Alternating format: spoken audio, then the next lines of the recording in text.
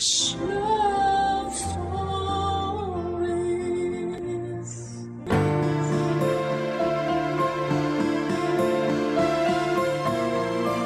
Ang pag-alis ng isang ina patungong ibang bansa ay isang desisyon na puno ng emosyon at sakripisyo. Gayunpaman, ang kanilang pagmamahal at pangarap para sa pamilya ay palaging mananatili. Ikaw, kabarangay, naranasan mo na ba ang magkaroon ng magulang na ng ibang bansa para sa iyong kinabukasan? Dear Papa Dudut, magandang araw po sa inyo at sa ating mga kabarangay. Ako nga po pala si Sheena at nais ko pong ibahagi sa inyong lahat ang kwento ko. Ako po ay only child at lumaki ako sa isang simple pero masayang pamilya kasama sina mama at papa. Maayos at puno ng pagmamahal ang childhood ko. Pero gaya ng karamihan sa mga pamilya, may mga pagkakataon din na nagkakainitan sina mama at papa. Habang lumalaki ako, nakita at naranasan ko yung mga tampuhan at away nila. Pero gayon pa man ay hindi ako nagtanim ng sama ng loob sa kanila. Habang tumatanda kasi ako, mas nare-realize ko na hindi madali ang maging magulang. Tao lang din sila. May limitasyon, napapagod at nagkakamali. Pero sa kabila ng lahat ay hindi naghiwalay sina mama at papa. Lagi nila akong ginagawang priority at sapat na yon para masabi kong mahal nila ako. At kahit papaano ay masasabi ko rin na maswerte pa rin ako.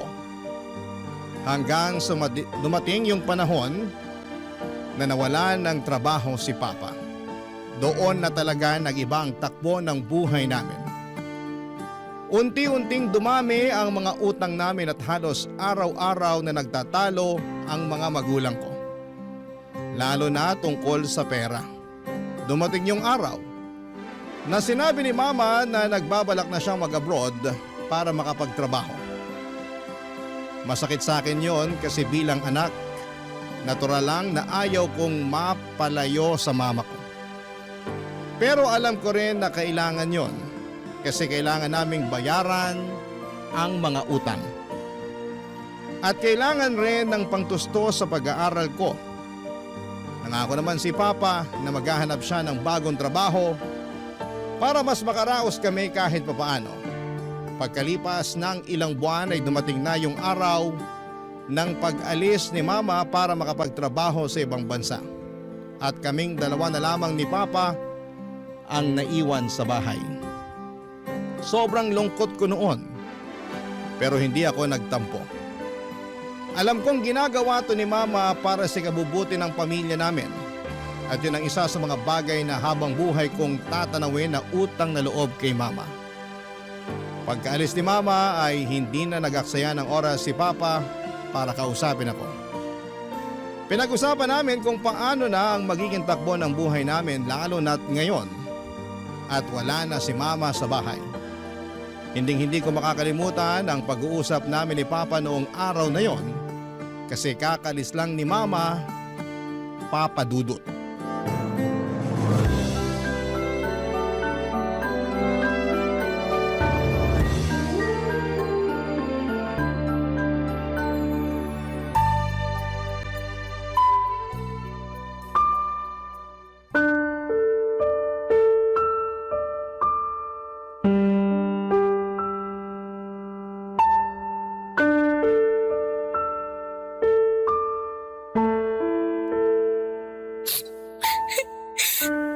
Tahan na, anak. Pa, dapat hinatid na lang natin si Mama sa airport eh. Yung mama mo mismo ang nagsabi na wag na daw natin siyang ihatid. Kasi baka lalo lang daw siyang malungkot sa airport. Isipin mo na lang na ginagawa ng mama mo to para mas guminhawa ang buhay natin at para makapagtapos ka rin ng pag-aaral. At isa pa, may mga utang din kami na kailangang bayaran. Alam ko naman po yun. Pero nalulungkot lang ako. Kasi nag-iba na po yung takbo ng buhay natin simula nung nawalan kayo ng trabaho. Kung hindi lang sana kayo nawalan ng trabaho, siguro kasama pa rin natin si Mama hanggang ngayon. Sana maintindihan mo na hindi ko naman ginusto yung nangyari. Palugi na kasi yung hotel na pinapasukan ko noon at kinailangan nila mag-lay off ng mga empleyado. Pero huwag kang mag-alala kasi naghahanap na ako ng bagong trabaho. Ipagdasal mo na lang na sana matanggap ako kaagad. Talagang ipagdadasal ko po yun.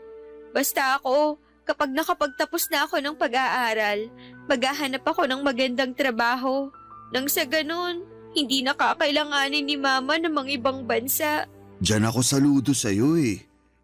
Napansin ko rin na kahit may mga pagkakataon na nag-aaway kami ng mama mo, hindi mo pinabayaan ang pag-aaral mo. Nako, makakaasa kayo na hindi ko talaga pababayaan ang pag-aaral ko kahit anong mangyari. Nga po pala, kumusta naman po yung paghahanap niyo ng trabaho? Ay, ayun. Nakadalawang interview na ako, pero hindi pa rin ako binabalikan eh. Sana pala, hindi na lang ng ibang bansa si Mama. Sana pala, inantay niya na lang kayo na magkaroon ulit ng trabaho. Nako, alam mo naman yung mama mo, napakasigurista. Gusto niya yung habang tumatagal, mas dumadami yung ipon namin. Grabe din pala yung sakripisyo ni Mama para lang masigurado na magiging stable yung buhay natin. Alam mo, isa din yan sa pinag-awayan namin ni mama mo. Ang totoo niyan, pinigilan ko yung mama mo na mag-abroad. Kasi sabi ko sa kanya, makakahanap din ako ng panibagong trabaho. Pero alam mo naman yung mama mo, may katigasan ng ulo at hindi nagpapapigil. Siguro okay na rin to. Kasi alam kong mas magiging magaan na ang buhay natin pagbalik ni Mama. At makakapagtapos na rin ako ng pag-aaral pagdating niya. Tama, yan na lang ang isipin mo para hindi ka na malungkot sa pag-alis niya. Ay, sandali lang. Mukhang may nag-text. Saglit lang, tingnan ko lang to. Sino po yan? Natanggap ako sa restaurant na in-applyan ko. May trabaho na ako. Ha? Seryoso kayo pa? Oo, matutulungan ko na rin ang mama mo sa mga gastusin natin. Masaya po ako para sa inyo. Salamat anak. Lagi mong tatandaan na lahat ng ginagawa namin ng mama mo ay para din sa'yo, okay? Alam ko naman po yun. Kaya mahal na mahal ko kayo eh. Ang sweet naman ng anak ko. Pahakap nga. Mahal na mahal din kita, sobra. Nga po pala, kailan kayo magsisimula sa bago niyong trabaho? Sa makalawa na raw. Nga pala, ayos lang ba sa'yo kung may iwan ka mag-isa sa bahay habang nasa trabaho ako? Syempre naman po. Kaya huwag kayong mag-alala kasi kadalasan nasa school naman ako eh. At isa pa, 19 na po ako. Kaya ko na ang sarili ko. Basta kung may kailangan ka, wag ka magdadalawang isip na tawagan ako, ha? Opo pa. Oh, halika na. Saan po tayo pupunta? Kakain tayo sa labas. May trabaho na ako, di ba? Magsa-celebrate tayo. Pa naman, kagastos pa kayo. Dito na lang tayo sa bahay. Akong bahala dyan.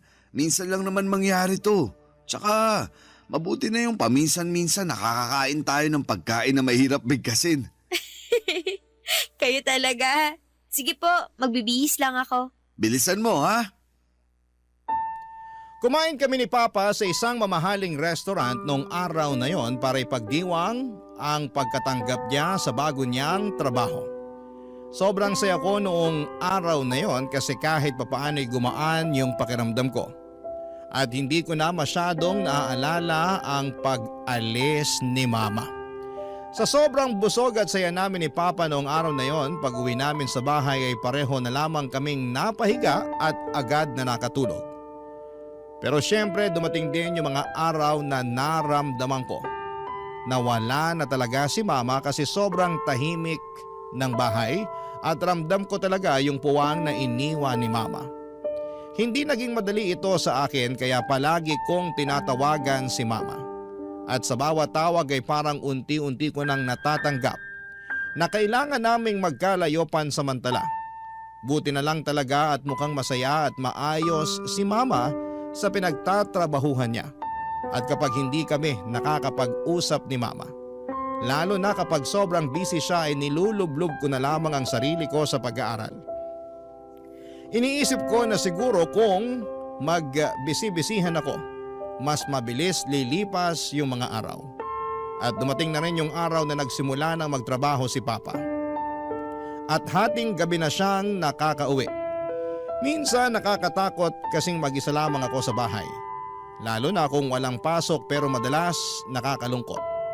Pero pinipilit kong intindihin ang sitwasyon, Papa Dudut. Alam ko naman na ginagawa nila Mama at Papa ito para sa kinabukasan namin. May mga araw na rin na sobrang gulo at dumi na sa bahay. Hindi dahil sa tamad kami kundi dahil pareho kaming palaging pagod ni Papa. Napapansin ko na talaga na may mga bahagi na ng bahay na nababalot na ng alikabok. At yung mga halaman namin sa labas ay parang unti-unti nang nalalanta. Ang totoo niyan, kaya ko namang maglinis. Pero hindi ko lang magawa araw-araw dahil sa dami ng ginagawa ko sa school. Si Papa naman halos hindi na rin makagalaw pag uwi kasi sobrang bilis daw ng takbo sa restaurant na pinagtatrabahuhan niya. Araw-araw siyang pagod.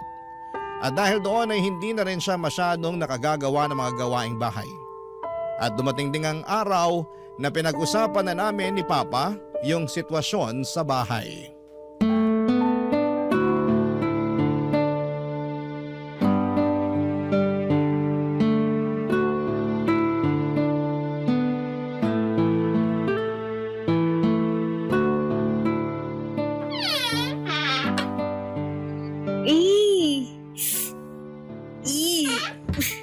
Ano ba yan, Kadiri?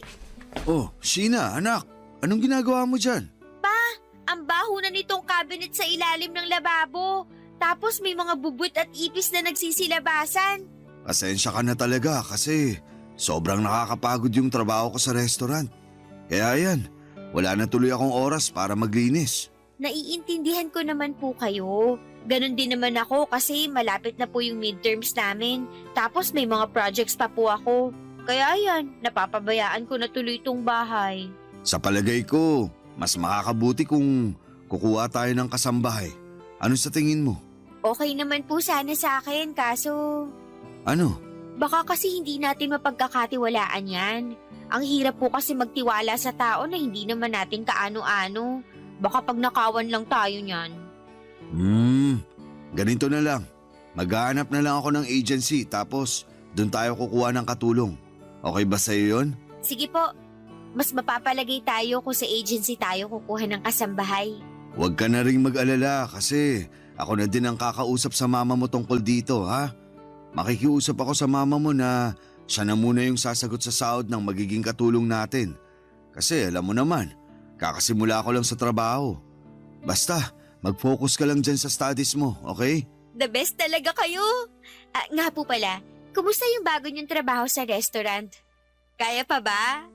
Ang totoo niyan, nag-a-adjust pa talaga ako. Iba kasi yung experience ng pagiging supervisor sa hotel at pagiging supervisor sa restaurant. Naku po, yakang-yaka niyo yan!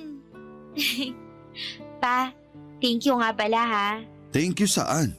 Thank you kasi alam kong pareho kayong nagpapakapagod ni Mama sa trabaho para sa akin. Ano ka ba? Maniwala ka sa akin. Wala akong hindi kayang gawin para sa inyo ng mama mo. Naku, naiintindihan ko na po kung bakit nahulog yung loob ni Mama sa inyo. Aba syempre naman. Pero higit sa lahat, nabudol ko yung mama mo dahil sa gwapo kong to. Nararamdaman niyo ba yun?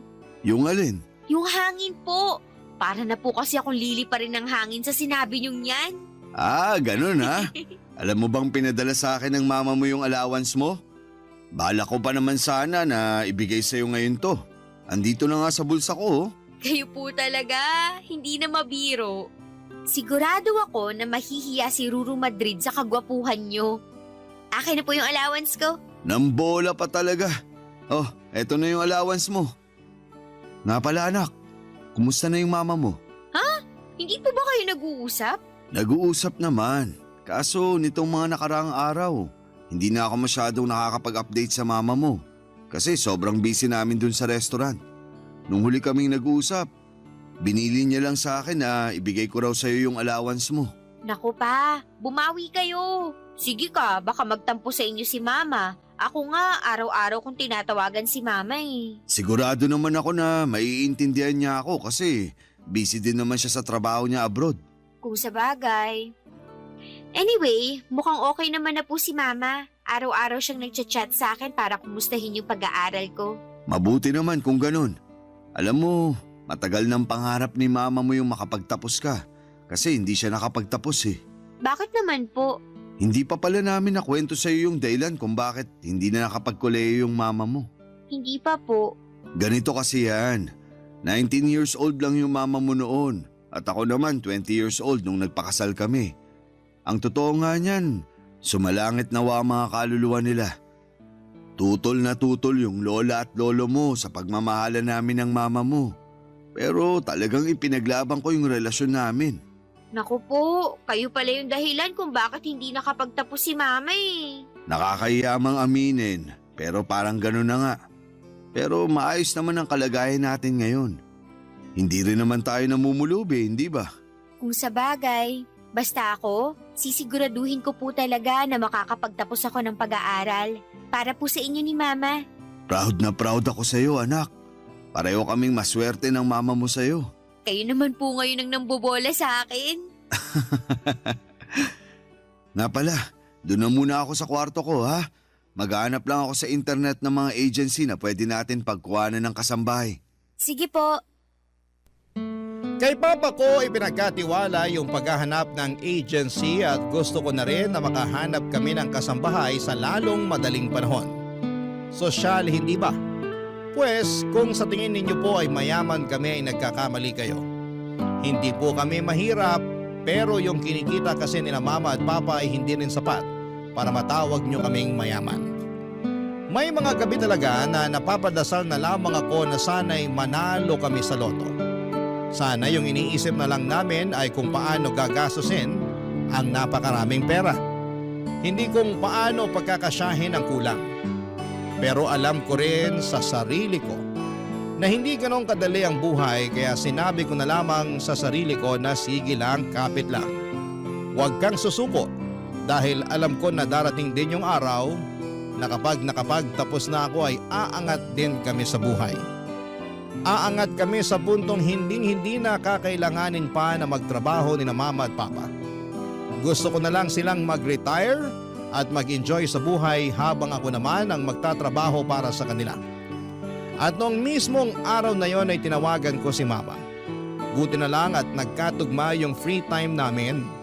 At ang sabi ni Mama sa akin ay halos hindi na nga raw sila nakakapag-usap ni Papa. Hindi na daw kasi tugma ang schedule nila sa trabaho. Pero sinabi sa akin ni Mama na kinausap na daw siya ni Papa tungkol sa balak naming kumuha ng kasambahay at pumayag naman kaagad si Mama. Pero nakakalungkot na marinig na unti-unti nang nawawala na sila ng oras para sa isa't isa. Kaya tahimik akong nagdasal ng gabing yon. Hiningi ko kay Lord na sana'y hindi mapagod ang mga magulang ko at hindi lang sa trabaho, kundi pati na rin sa relasyon nila. Sana'y hindi mawala yung lambing, yung pag-unawa, yung pagmamahalan kahit na lubog na sila sa pagtatrabaho. Kasi sa totoo lang, sila na lang talaga ang sandigan ko. Sila Mama at Papa ang tanging inspirasyon ko kung bakit ako patuloy na nagsusumikap at nangangarap sa buhay, Papa Dudut. Barangay Love Stories. Barangay Love Stories. Dumating na rin ang araw na may nakontak na raw si Papa na magandang agency. At sa mismong araw din na yon ay may ipapadala na raw na kasambahay ang agency na tinawagan ni Papa. Ang totoo niyan, Papa Dudut, hindi pa rin ako mapakali. Ang ibig kong sabihin ay paano kung magnanakaw o may masamang balak ang makuha naming kasambahay. Ang dami kong iniisip pero pinilit ko na lamang natigilan na ang pag-overthink. Ang iniisip ko na lamang na sa wakas may makakatulong na rin sa amin ni Papa sa mga gawaing bahay. Na sa wakas ay hindi ko na kailangang tiisin yung baho at dumi ng cabinet sa ilalim ng lababo. At sa wakas ay madidiligan na ulit ang mga halaman namin at wala na rin akong makikitang alikabok at agyo sa bawat sulok ng bahay namin. At ang totoo niyan ay hindi ito ang unang pagkakataon na magkaroon ng kasambahay kasi nandito pa si mama, siya talaga ang gumagawa ng mga gawaing bahay. Ang problema kasi hindi ko inakala na ganito pala kabisi ang buhay ng isang college student. Iba kasi nung high school, mas chill at mas manageable ang schedule ko.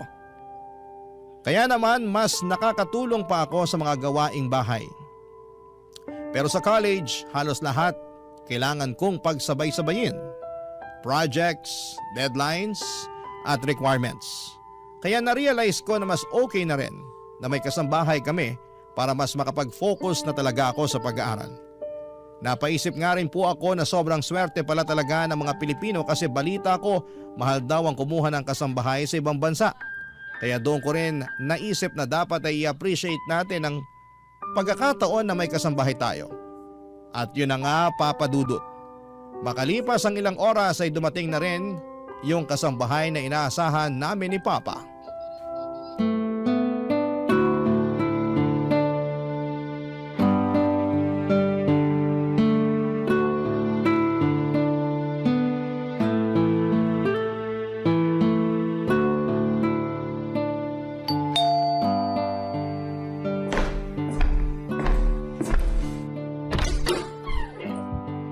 Hello? Ikaw ba yung kasambahay na pinadala ng agency? Ay oo, ako nga po. Halika, pasok ka.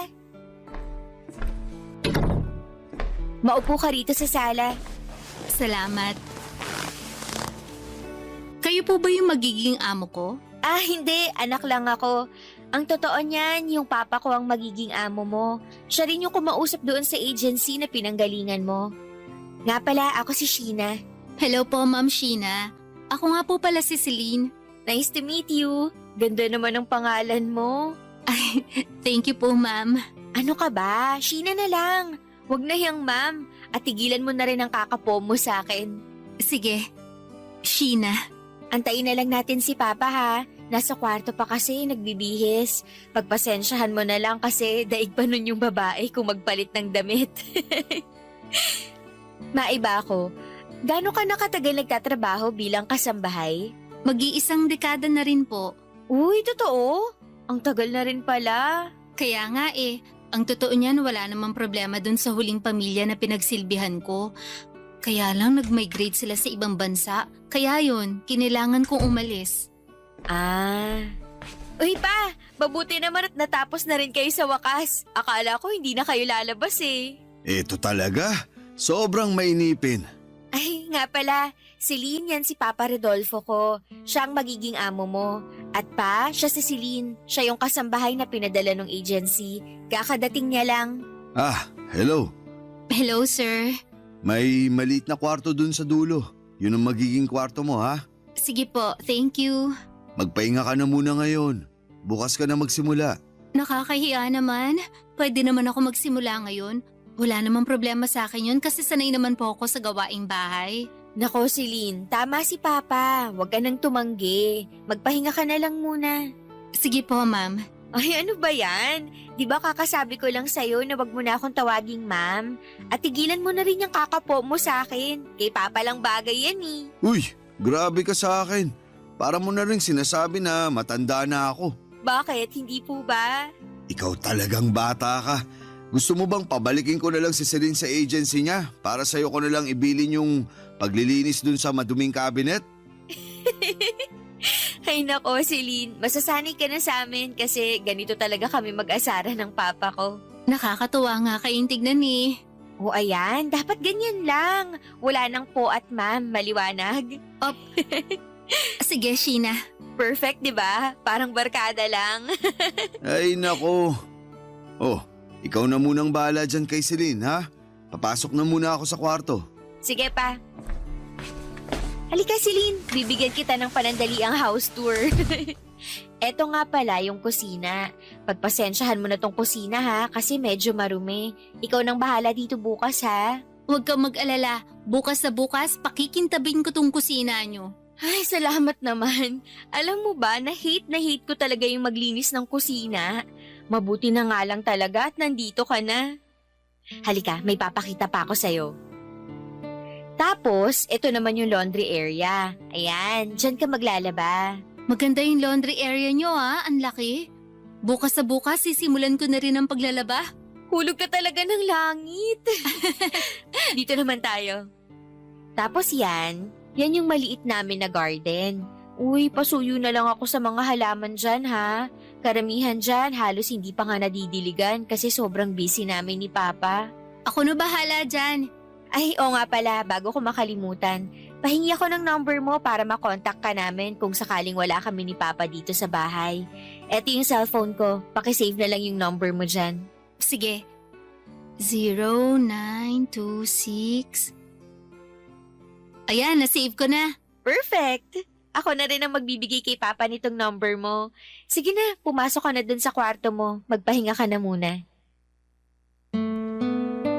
Papadudod hang ako kay Celine na mga panahon na yon.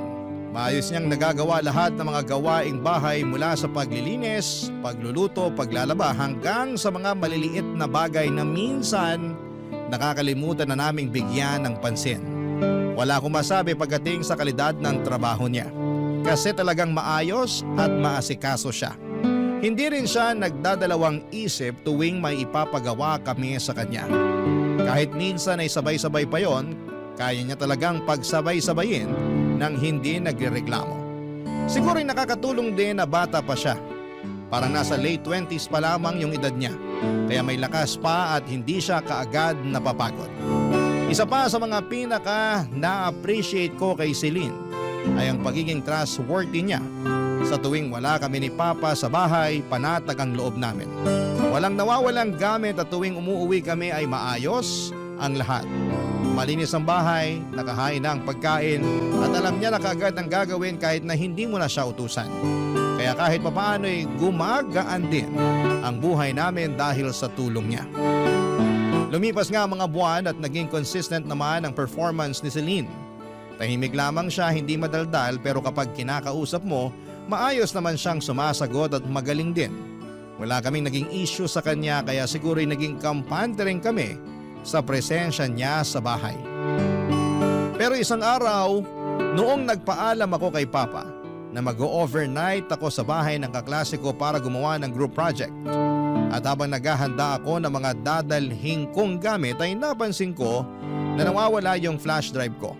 Sobrang importante po noong flash drive na yon kasi doon nakalagay lahat ng mahalagang files ko para sa school. Kaya naman nagpanik na ako at hinalughog ko talaga ang bahay para lamang mahanap yung flash drive ko na yon, papadudot.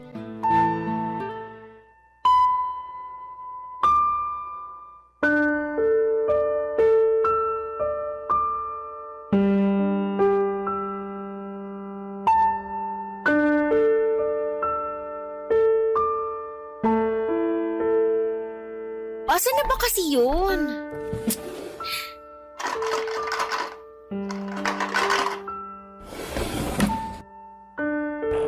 Nak, papasok ako ha. Oh, anong problema? Ba't di ka mapakali dyan? Yung flash drive ko po kasi nawawala eh. Saan ko ba kasi nailagay yun? Huwag mo nang problemahin yun. Ibibili na lang kita ng bago. Hindi naman kasi yung flash drive yung pinoproblema ko eh. Yung pinoproblema ko, yung laman ng flash drive na yun. Grades ko sa school ang nakasalalay dito.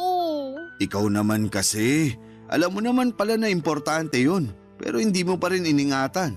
Nako pa, mamaya nyo na ako sermonan. Tulungan nyo na lang kaya ako. Celine, halika nga rito. Pambihira ka talagang bata ka. Bakit sir? Ano po yun? May napansin ka bang flash drive dito sa bahay? Ha? Flash drive, yung maliit na sinasaksak sa computer. Wala. Wala akong napapansin na ganyan dito sa bahay. Celine, tulungan mo na nga lang siya sa paghanap ng flash drive niya. Sige po, susubukan kong hanapin sa sala. Check mo kaya yung bag mo. Tapos na po, wala doon. Nakakainis naman eh. Kumalma ka nga. Hinga ng malalim. Baka mamaya nasa bulsa mo lang pala. Bulsa. Ay, alam ko na. Oh, bakit? Dala-dala ko nga pala yung flash drive na yun sa school nung isang araw. Nilagay ko yun sa bulsa ng pantalon na sinuot ko. Hala, Oh, ano na naman? baka nalaban na ni Celine yung pantalon ko na yun. Kumalma ka. Puntahan mo na si Celine sa sala. Magtanong ka muna bago ka magwala.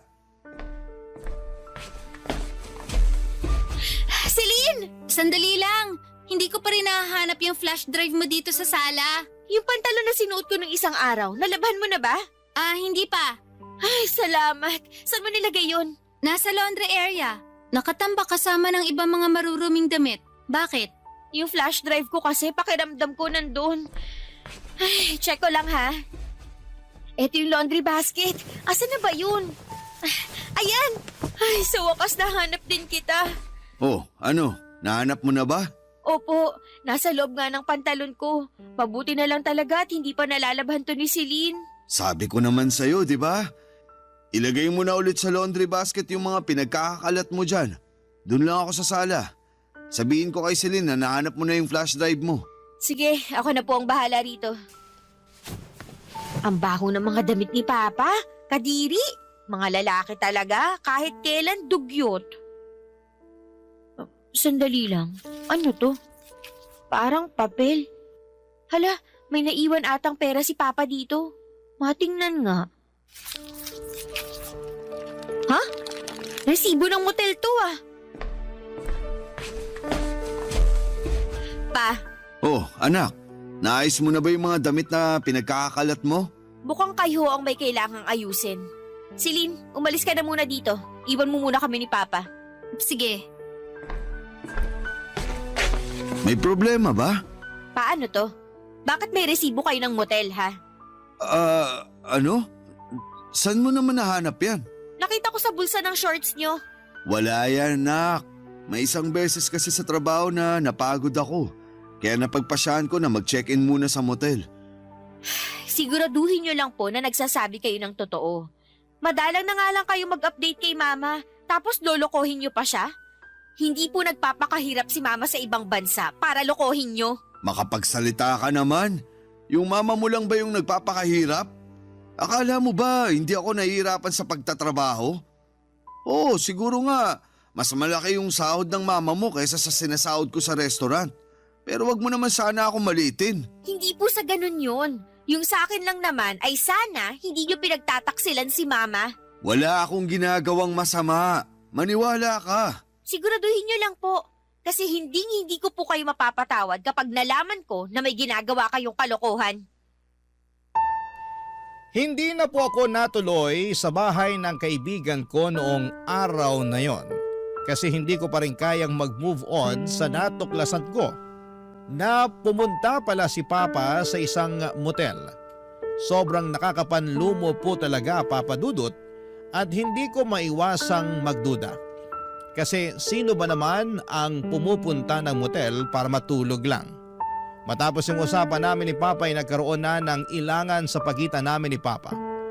May kailangan ako kay Papa kay Celine ko palaging pinadadaan at ganon din si Papa. Naawa talaga ako kay Celine noon kasi siya yung palaging naiipit sa gulo namin ni Papa. Nagtatrabaho lang naman siya na maayos tapos ngayon ay nadadamay pa siya sa ilangan namin ni Papa. Nagdalawang isip din po ako kung ikakwento ko kay Mama yung tungkol sa resibo ng motel. Kasi ayokong ma-stress si Mama at baka magkagulo pa kami. Kaya naman nanahimik na lamang ako. Pero totoo po, ang hirap magpanggap na okay lamang ako at minsan ay napapaisip ako kung tama ba ang ginagawa ko na hindi sabihin kay Mama yung tungkol sa natuklasan ko. Nang mga panahong yon ay tanging ginawa ko na lamang ay nag-focus sa pag-aaral para hindi ko na maisip ang lahat ng yon. At sa totoo lang ay nagtataka ako kung bakit may ilangan sa pagitan namin ni Papa. Pero isa lang ang alam ko, hindi ako magpapakumbaba para kausapin si Papa kasi siya naman tong nahuli ko na may resibo galing sa motel, hindi ba? Minsan kahit na nababahala ako sa lahat ng nalaman ko kahit papaano, ay inunawa ko pa rin si Papa kasi baka nga naman may magandang dahilan siya at nagpahinga lang talaga siya sa motel noong araw na yon. Napagtanto ko rin na baka masyado lamang ako naging mapanghusga sa lahat ng mga nangyari, Papa Dudut. Pero ano nga kaya ang totoong kwento ng resibo sa motel? Barangay Love Stories. Barangay Love Stories. Noong nagkaroon kami ni Mama ng pagkakataon na mag-usap ng mas matagal, Pasimple ko siyang tinanong tungkol sa mga pinag-aawayan nila ni Papa noong nandito pa si Mama sa Pilipinas. Kasi Papa Dudut, madalas ko silang marinig na nag-aaway ni Mama pero ni minsan ay hindi ko inalamang kadahilanan. Sabi ko kasi noon ay problema nila yon bilang mag-asawa at ayoko na sanang makialam pa. Pero ngayon, nawala na si Mama at kami na lamang ni Papa ang natira sa bahay, parang nararamdaman ko na may karapatan na akong malaman ang mga bagay-bagay. Kinuwento sa akin ni Mama na matagal na pala niyang may hinala siya na may ibang babae si Papa. Pero palagi raw itong tinatanggi ni Papa. At hindi na rin pinatagal ni Mama ang isyo kasi wala naman siyang pruweba na makakapagpatunay na nambababae nga si Papa. Noong sinabi niya yon, gustong gusto ko na sanang isumbong sa kanya yung nakita kong resibo ng motel. Pero pinili ko na lamang na manahimik. Ayoko magdulot pa ng mas malaking gulo sa pamilya namin. May mga kaibigan ako na lumaki sa broken family at nakikita ko kung gaano kalalim ang sakit at depression nila dahil hindi nagkakaayos ang mga nanay at tatay nila. At ayokong maranasan yon, kaya naman nag-decide akong hindi na lamang sabihin kay Mama ang tungkol sa natuklasan ko. Wala rin naman akong solid na pruweba para patunayan na may ginagawang kalokohan si Papa maliban doon sa resibo ng motel. Pero pagkatapos ng ilang araw, Papa Dudut, hindi ko po akalain na ang tadhana na pala mismo ang maghahanap ng paraan para malaman ko ang buong katotohanan. Isang gabi habang natutulog ako ay bigla akong nagising dahil nagutom ako. Lumabas ako ng kwarto at pumunta sa kusina. Hindi rin kasi ako nakapaghapunan noong araw na yon dahil sa dami ng schoolwork ko. Pero ang hindi ko alam ay habang lumalabas na ako ng kwarto papunta sa kusina, tinutulungan na pala ako ng tadhana na matuklasan ang isang bagay na tuluyan ng sisira sa pamilya ko.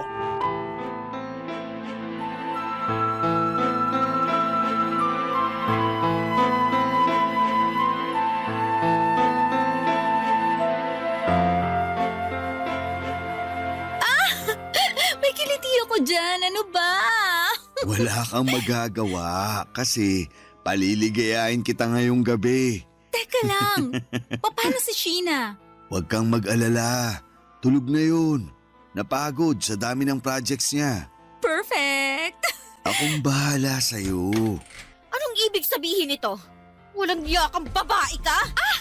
Sheena, mo? tumigil ka! Walaan ka Wala namin. kaming ginagawang masama. Huwag mo akong gawing tanga pa. Dinig na dinig ko sa labas yung paglalandian nyo. Anak, magpapaliwanag ako. Sige, ngayon nyo itanggi na wala kayong ginagawang kabulastugan. Grabe, napakawalang iya nyo. Hindi nagpapakapagod si Mama sa ibang bansa para lang pagtaksilan nyo. Palagi mo na lang pinaparamdam sa akin na mas malaki yung naaambag ng mama mo sa pamamahay na to. Na mas may pakinabang yung mama mo kaysa sa akin.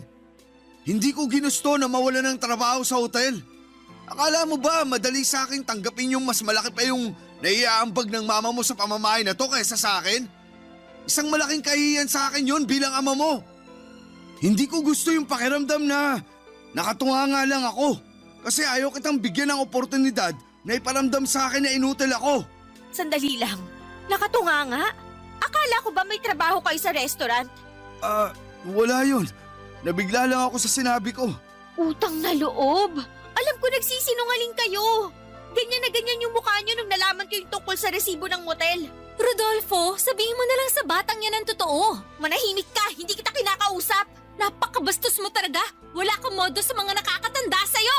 Ang kapal din naman pala talaga ng mukha mo. Ikaw pa tong may gana ngayon na magtapang-tapangan? Kung ano ang kinaganda ng pangalan mo, yun ang kinapangit ang ugali mo. Ahas ka! Sumusobra ka na! Tumigil na kayo! Oo na, inaamin ko na. Hindi pa ako nakakapaghanap ng bagong trabaho simula nung natanggal ako sa hotel. Ano pang tinatago nyo sa akin, ha? Matagal na kami magkakilala ng papa mo. Ano? Celine! Wala nang dahilan para itago natin sa kanyang katotohanan. Total, nagwawala na naman siya. Sasabihin ko na sa kanya ang totoo para manahimik na siya. Oo, katrabaho ko ang papa mo sa hotel noon. Ang totoo nga niyan, ideya ng papa mo ang lahat ng to. Siyang nakaisip na pagpanggapin akong katulong nyo. Sa ano, masaya ka na? Wala kayong kasing sama. Magsama kayo sa impyerno.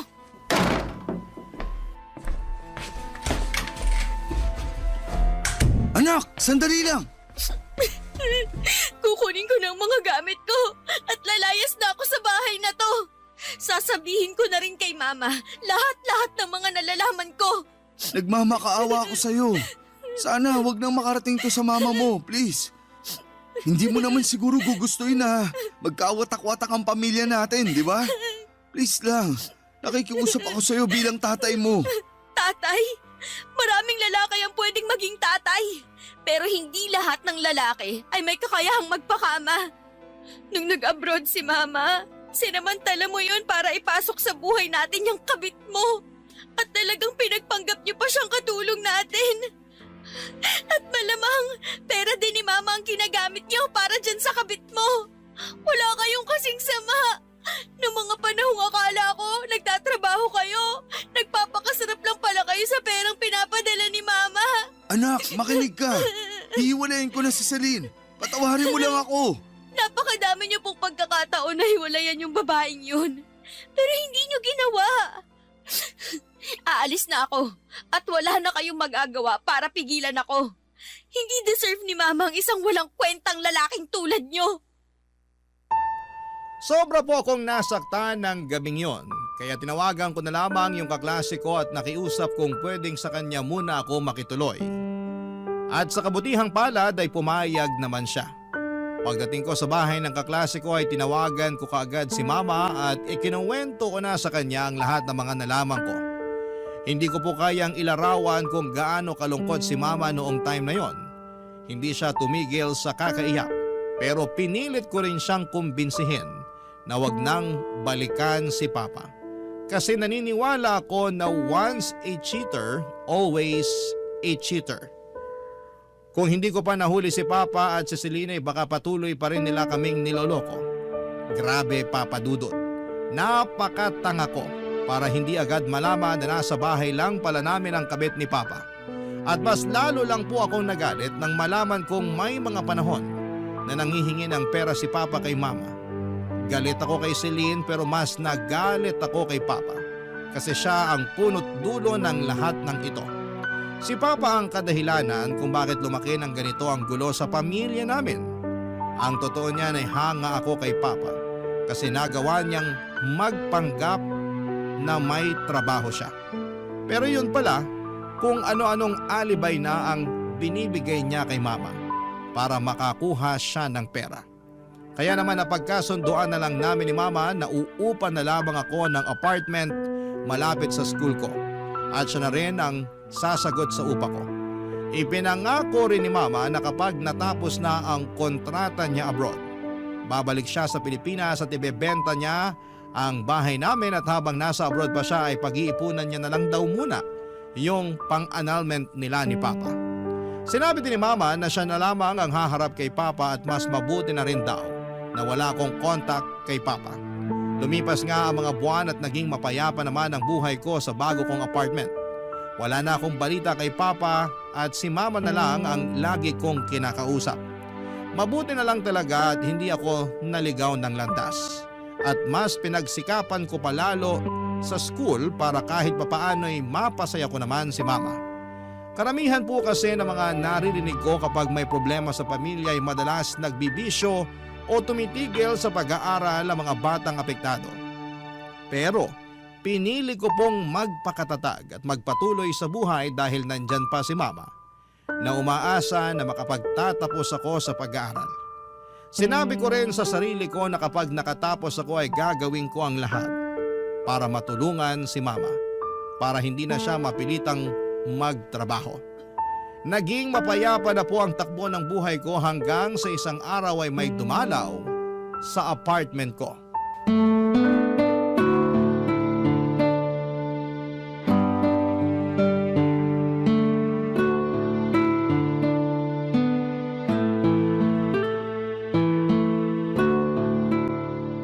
Siyempre naman, Ma. Ay nako, wag po kayong mag-alala. Pagbalik niyo dito sa Pilipinas, dito na kayo sa apartment titira, kasama ko. Ay, Ma, sandali lang ha. May tao yata sa labas. Tatawagan ko po kayo mamaya. Sige po. Bye, Ma. Love you. Sandali lang! Anong ginagawa niyo dito? Ba't punong-puno ng pasaya ang mukha niyo? Anak, Paano niyo nalaman yung address ko, ha? tinanong ko yung kaklase mo sa Facebook. Umalis na ho kayo bago ko tuluyang makalimutan na tatay ko kayo.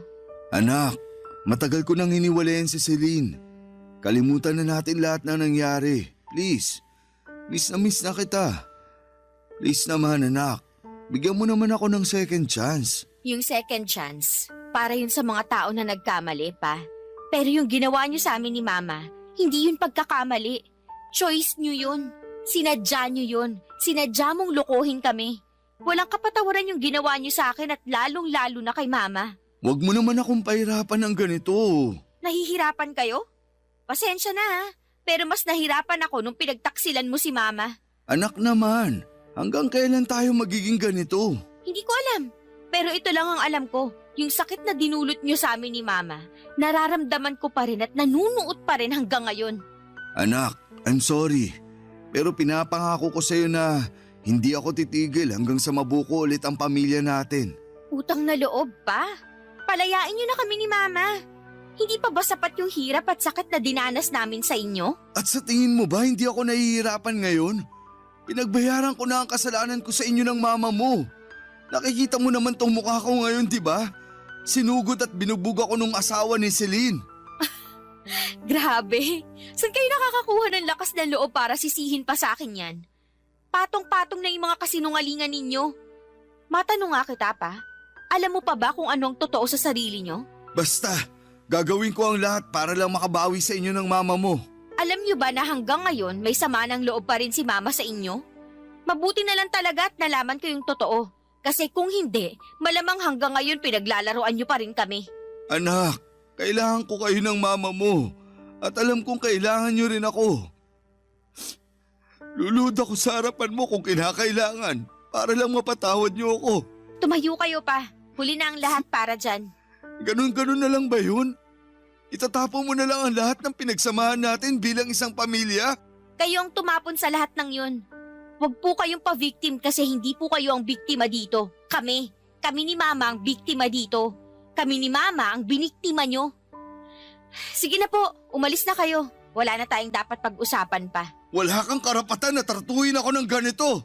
Papa mo pa rin ako. Papa ko lang kayo sa papel na pwede kong punitin kung kailan ko gusto. Alam kong may nagawa akong kasalanan.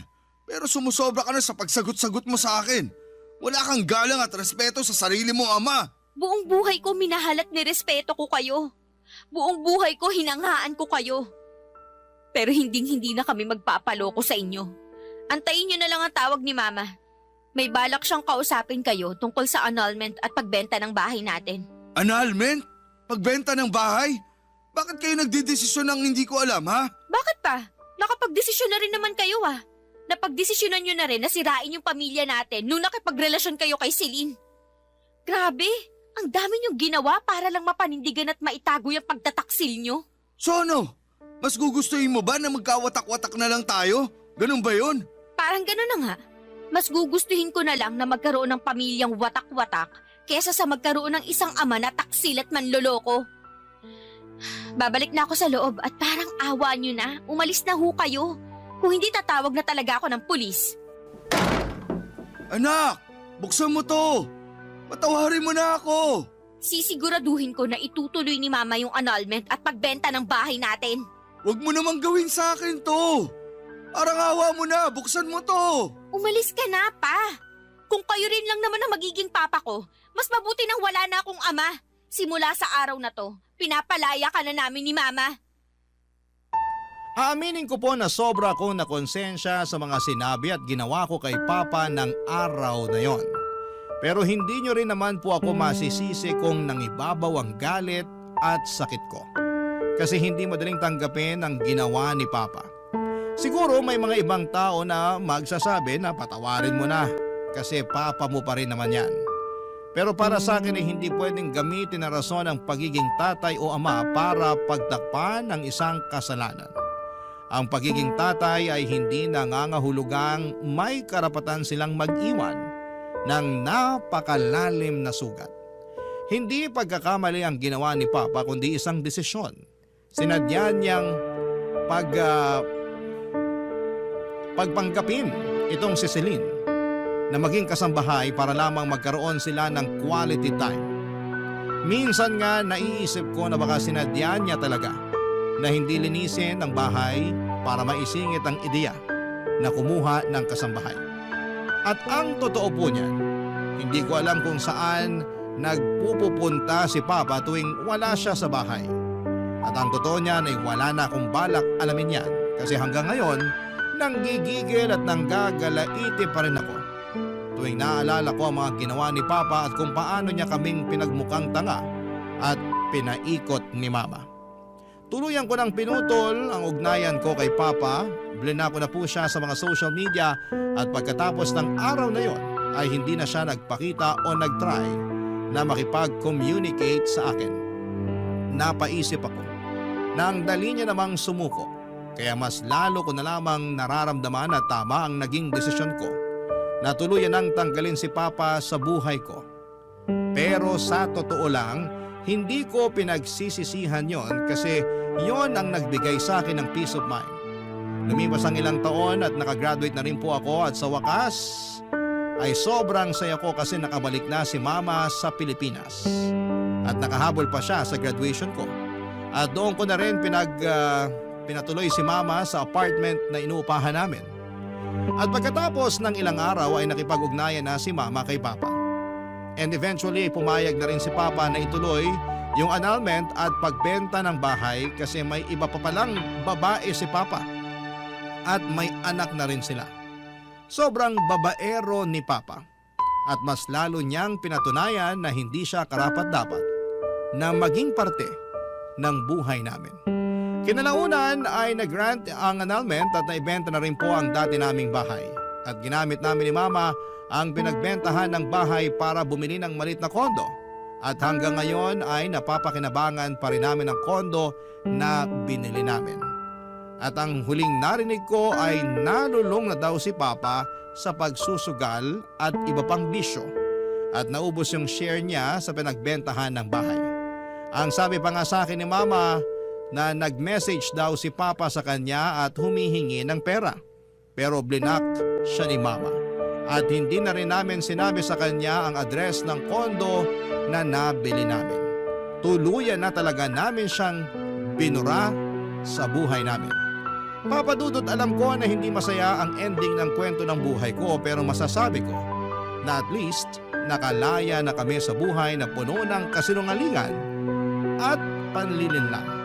Maraming salamat po at binigyan niyo ako ng pagkakataon na maibahagi sa inyo ang parte ng buhay ko na puno ng sakit. Salamat po and more power po sa Barangay LS and God bless po sa inyo. Ang inyong forever kapuso at kabarangay, Sheena. Anong say mo sa Barangay Love Stories na ito? Pagkwentuhan natin sa comment section yan.